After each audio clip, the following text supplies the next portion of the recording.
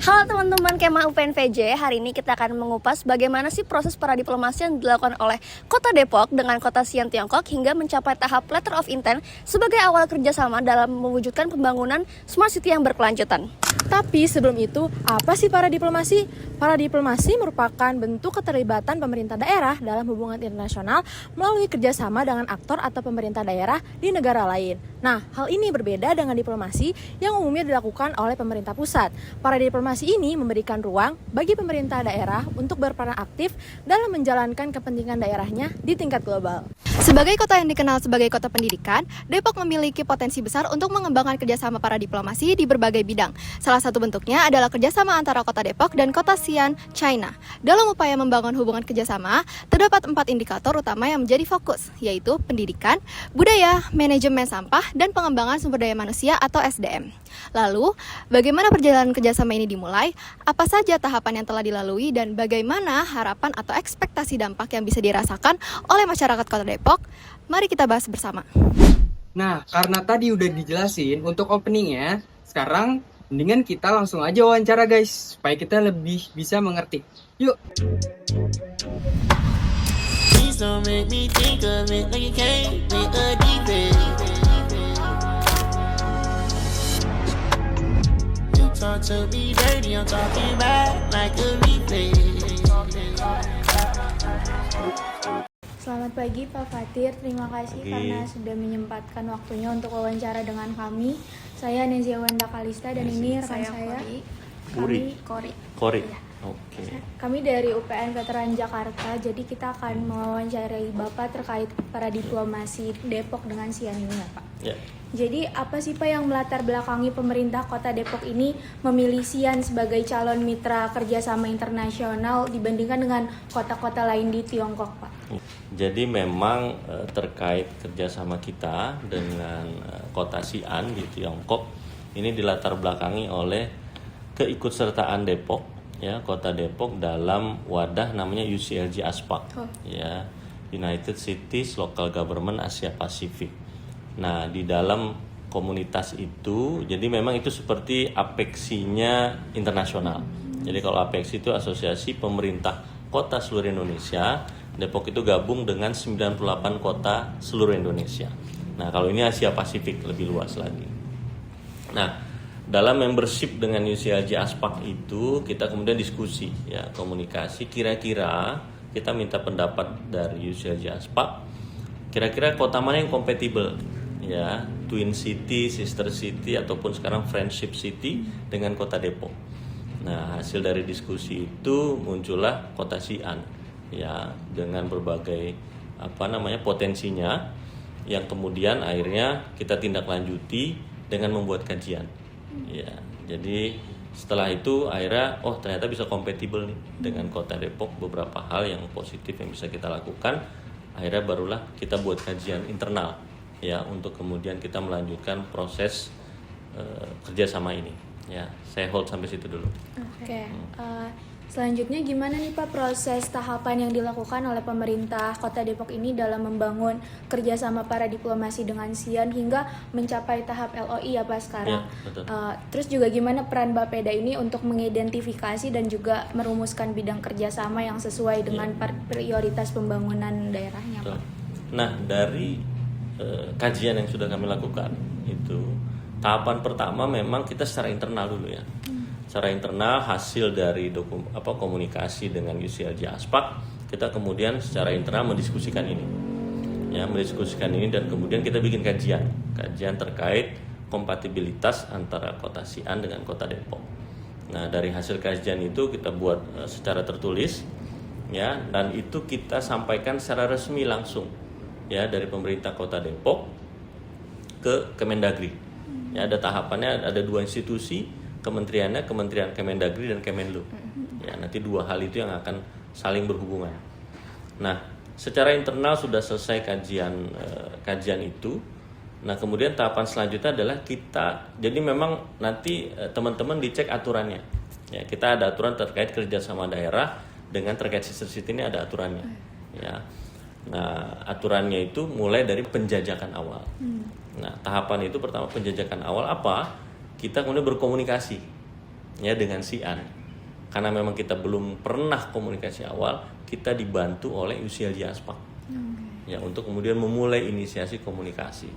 Ya, kita bersurat ke UCLJ Aspak memohon asistensinya agar kita diberikan kesempatan untuk melakukan audiensi, melakukan komunikasi dengan Xi'an.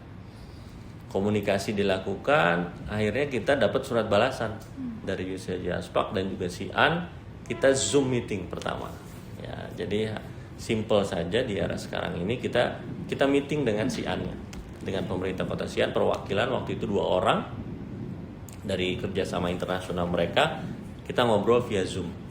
Ya, kita ngobrol via Zoom sana kurang lebih 1 jam. Kita diskusi penjajakan awal apa sih niatan dari Pemkot Depok ke Xi'an, ya, dan bagaimana Xi'an merespon itu. Nah, kita intinya itu sebenarnya di pertemuan itu. Dan kemudian langsung kita bahas terkait teknis selanjutnya. Karena setelah itu surat juga masuk ke Fasker Kemendagri, ya, untuk kemudian diassess sama mereka apakah sudah sesuai usulannya dan juga draftnya. Kita waktu itu bukan hanya kajiannya, sampai kita membuat draft LOI-nya, letter of intent-nya udah kita buatin. Baik versi kemarin kita hanya buat bahasa Indonesia dan bahasa Inggris. Cina-nya kita nggak buat. Kalau dalam tahap penyusunan LOI ini, gimana Bapeda tuh memastikan bahwa rencana kerjasama dengan Xi'an-nya ini selaras dengan visi dari Betul. pembangunan Kota Depok dan juga dokumen perencanaan daerah yang berlakunya, Pak? Betul. Dan memang harus. Jadi memang kita dibatasi bukan dibatasi, tapi diberikan garis-garis besarnya itu di RPJPD dan RPJMD. Jadi ada rencana pembangunan jangka panjang daerah 20 tahunan dan ada RPJMD, rencana pembangunan jangka menengah daerah 5 tahunan. Ya, kalau tahunannya RKPD itu yang setahun sekali. Ya, APBD seterusnya ada setiap tahun. Nah, itu yang menjadi panduan kita. Makanya harus disesuaikan dengan RPJPD dan RPJPD. Makanya yang Bapeda lakukan, makanya kenapa kemudian kita bisa menyusun kajian itu, karena kita memang sudah tahu itu. Rambu-rambunya sudah kita tahu, untuk kemudian kita menyusun LOI-nya. Nah, di LOI itu akhirnya kita putuskan ada 4 fokus kerjasama yang akan kita lakukan. Ya, dari hasil kita kajian singkat itu dan mematuhi garis-garis besar yang sudah kita jadi pedoman tadi, RPJPD dan RPJMD. 1, kita akan bahas terkait masalah pendidikan, education. Itu yang pertama, wajib. Karena memang di RPJMN secara nasional, secara tematik Kota Depok itu adalah kota pendidikan. Ya, makanya selalu pertama setiap apapun kerjasama harus ada terkait pendidikan, education. Nah, dan karena potensi kita luar biasa di pendidikan. Ya, makanya teman-teman sendiri kan dari UPN, ya, luar biasa. Lalu bagaimana mekanisme koordinasi antara Bapeda dengan perangkat Kota Depok dengan daerah lain dalam merumuskan dan juga mempersiapkan agenda kerjasama internasional yang dengan Xi'an ini, Pak? Ya, jadi seperti yang saya sampaikan tadi, Bapeda ini kan sebenarnya simpul, ya, memegang simpul untuk perangkat-perangkat daerah yang lain. Jadi fungsi kita seharusnya mengkoordinasikan. Ya, makanya kita juga melihat, ya, walaupun Bapeda secara umum, secara makro bisa melihat kebutuhan satu kota, tapi kita akan koordinasi juga ke DISDI, ke Dinas Kesehatan, ke Badan Kepegawaian, ke Dinas Lingkungan Hidup untuk kemudian lihat waste manajemennya dan seperti apa. Nah, kita melihat potensi-potensi itu. Nah, kita kemudian berkoordinasi, ya, dengan teman-teman itu agar nanti pada saat LOI ini sudah jalan sampai nanti ke titik MOU itu bisa diimplementasikan. Ya, jadi fungsinya sebenarnya itu, Bapeda yang mengkonsolidasikan, membuat simpul, nanti teman-teman perangkat daerah itu sebenarnya yang akan nanti leading, ya, mereka yang akan kemudian menjalankan kerjasama itu secara real, implementasi di lapangan. Lalu setelah penandatanganan LOI itu langkah konkret apa Pak yang sedang dipersiapkan oleh pemerintah Kota Depok untuk mendukung kerjasama ini menuju tahap implementasi yang lebih konkret lagi? Jadi programnya tuh dalam bentuk seperti apa gitu? Jadi memang tahapannya kan memang masih panjang. Iya. Nah, jadi memang saat ini kita duluan yang tanda tangani LOI ini. Jadi tahap sampai saat ini sebenarnya LOI-nya saat ini masih di pihak Xi'an. Ya, jadi kita kemarin sudah tanda tangan duluan sama Pak Wali. Ya, jadi Pak Wali sudah tanda tangan dan saat ini proses mudah-mudahan bulan ini sudah selesai ditandatangani oleh Xi'an-nya. Tapi sambil berjalan proses itu, saat ini yang kita lakukan adalah step selanjutnya adalah membuat rencana kerja. Ya, jadi kita buat rencana kerja, action plan-nya. Ya, action plan yang akan kita lakukan kalau nanti sampai ke tingkat MOU. Nah, action plan-nya apa aja? Breakdown dari 4 fokus kajian itu. 4 fokus tema kerjasama itu. Ya, pendidikan, culture, budaya, sampah, pengelolaan sampah, dan sumber daya manusia. Nah, itu sebenarnya breakdown dari itu. Kita akan buat tabel secara rinci, kegiatan-kegiatan apa nanti akan breakdownnya seperti apa, penanggung jawabnya siapa, pembiayaannya seperti apa, dan sebagainya. Nanti kita bikinkan rumusan seperti itu, action plan atau rencana kerja yang akan kita lakukan. Tahapannya nanti akan seperti itu dan terus berlanjut ya. Nanti banyak, mulai dari situ nanti kita harus juga report ke DPRD ya kan, sampai nanti kita bahas juga ke Kemendagri, Kemenlu untuk bahas MOU. Sampai nanti di ujung MOU bisa ditandatangani, habis tandatangani tahap implementasi dan evaluasi. Baik Pak, untuk jangka panjang ya Pak, kira-kira manfaat apa yang paling diharapkan oleh pemerintah Kota Depok dari kerjasama dengan Xi'an bagi masyarakat dan juga untuk pembangunan daerah? Jadi sebenarnya tetap bergeraknya di ruang lingkup 4 tadi. Kenapa kemudian misalnya terkait pendidikan? Kita ingin membuka peluang lebih ya untuk masyarakat kampus khususnya dan juga masyarakat Depok terkait peluang-peluang ini, terkait peluang kerjasama di bidang pendidikan. Ya, kita pengen ada pertukaran pelajar, pertukaran mahasiswa. Ya, itu yang paling simpelnya lah yang bisa kita lakukan. Kita pengen ada pertukaran dosen. Ya, biar nanti ada dosen tamu dari Cina ke UPN misalnya. Ya, atau pertukaran mahasiswa misalnya, atau misalnya Nezia dan Kori misalnya bisa ke Cina, misalnya ke Cina kan, bisa nihau lah di sana kan. Jadi itu yang simpelnya ya, yang simpel. Buat masyarakat itu minimal terbuka dulu ruang agar tahu ternyata ada potensi yang luar biasa. Di Xi'an sendiri juga masalah budayanya juga luar biasa, bukan hanya budaya Cinanya, tapi juga budaya Islamnya juga ada ternyata. Itu dan ternyata kuat mengakar di sana. Gitu. Jadi banyak hal. Nah, pengolahan sampah terkait di sana udah bisa pengolahan sampah yang udah pakai energi listrik. Ya, udah waste to energy. Ya. Dan bahkan kalau untuk sumber daya manusia ya sekarang lihat aja sumber daya manusia di Cina. Bagaimana walaupun dengan sumber daya yang banyak tapi juga punya potensi sumber daya manusia luar biasa. Juga kita pengen belajar. Sebenarnya banyak hal yang kita ingin belajar baik ya. Jadi best practice dari Cina dan juga mudah-mudahan kita bukan cuma belajar, kita juga bisa memberikan input juga kepada Cina. Saling bertukar. Ya, saling bertukar hal-hal positif ya dari Cina, Xi'an-nya dan juga dari Kota Depok gitu. Tapi memang kalau misalnya di Cina dampak jangka panjang ya sebenarnya kenapa mulainya itu dari pendidikan. Ya, karena memang dari pendidikan itu ya generasi ya teman-teman semua nih nanti yang kemudian akan jadi pionir ya akan mewarnai ya 10-20 tahun ke depan yang akan jadi leader kan teman-teman semua. Makanya itu yang kita harapkan. Nah, mudah-mudahan teman-teman tuh bisa terbuka wawasannya, lebih terbuka lagi. Apalagi kalau kita udah kerja sama ini jadi lebih gampang. Ya teman-teman, oh iya ternyata ada peluang di Cina dan sebagainya. Kalau tadi udah manfaat, nah ini saya mau tanya keterbatasan.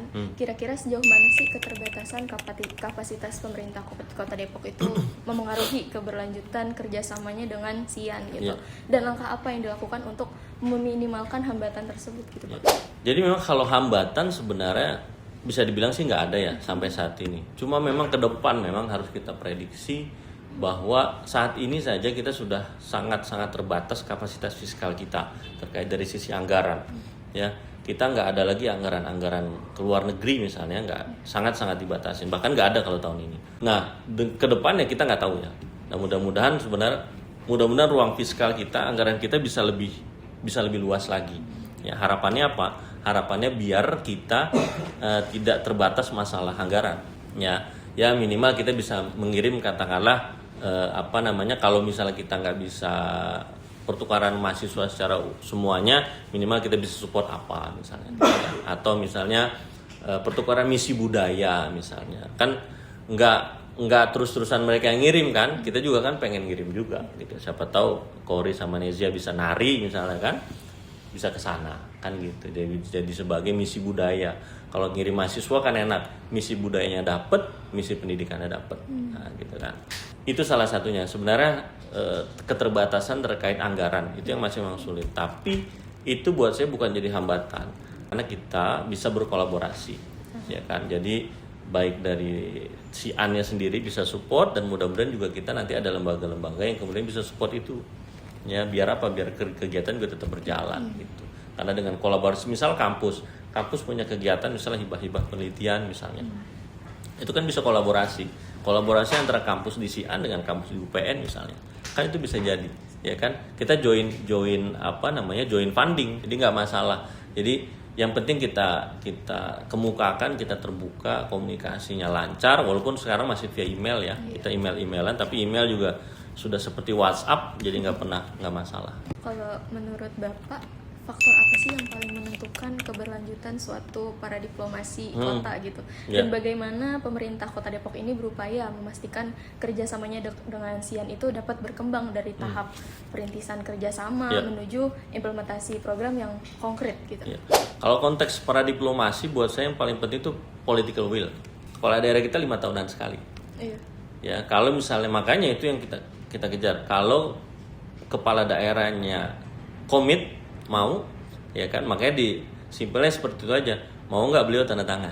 Nah, kalau beliau sudah oke, ya kedepannya akan jalan terus ya untuk Sister City dan kegiatan kerjasama ini. Tapi kalau political will-nya nggak ada, mau sebagus apapun programnya nggak akan jalan. Makanya kita juga mencoba, karena bukan hanya kepala daerah, jadi konsep pemerintahan daerah itu kan kepala daerah selaku eksekutif, tapi ada juga apa? DPRD. Makanya dalam konteks kerjasama internasional kita harus report juga ke DPRD. Ya, bukan beliau DPRD itu menyetujui, bukan, tapi ini sebagai bagian dari akuntabilitas kita untuk mereport ke mereka. Tujuannya apa? Agar ini juga didukung. Ya, jadi pemerintah eksekutifnya, kepala daerah, wakil kepala daerahnya mensupport, ya kan? DPRD juga mengetahui dan mensupport. Nah, kalau satu periode oke didukung. Nanti periode kedua beliau misalnya jadi lagi, kan tinggal jalan lagi. Tapi memang terbatas lagi nih, hanya untuk 2 periode itu, 10 tahun. Pertanyaannya kalau nanti wali kotanya baru lagi, nah itu yang akan jadi PR.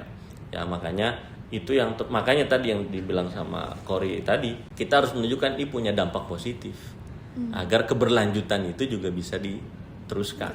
Jadi kepala daerah yang selanjutnya pun atau siapapun yang jadi kepala daerah ngelihat, oh ternyata ada manfaatnya juga ya dengan si An, ya kan. Jadi memang satu political will, yang kedua memastikan bahwa itu ada dampak positifnya.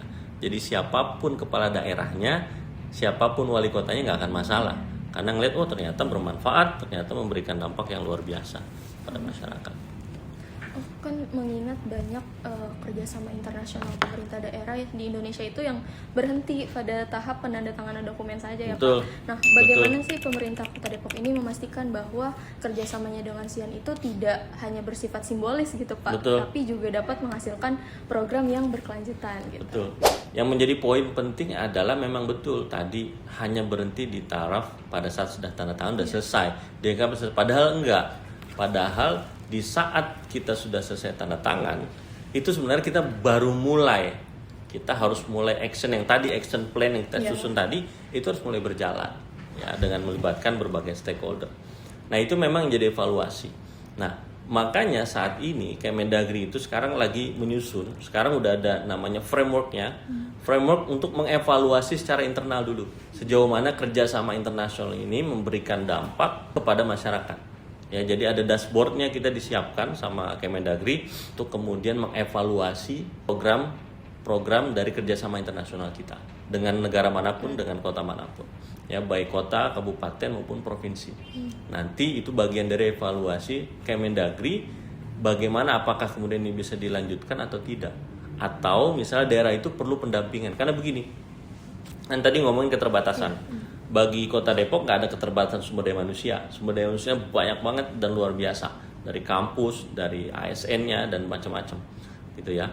Nah, dari situ, kalau ada daerah-daerah yang secara kapasitas SDM-nya nggak mumpuni.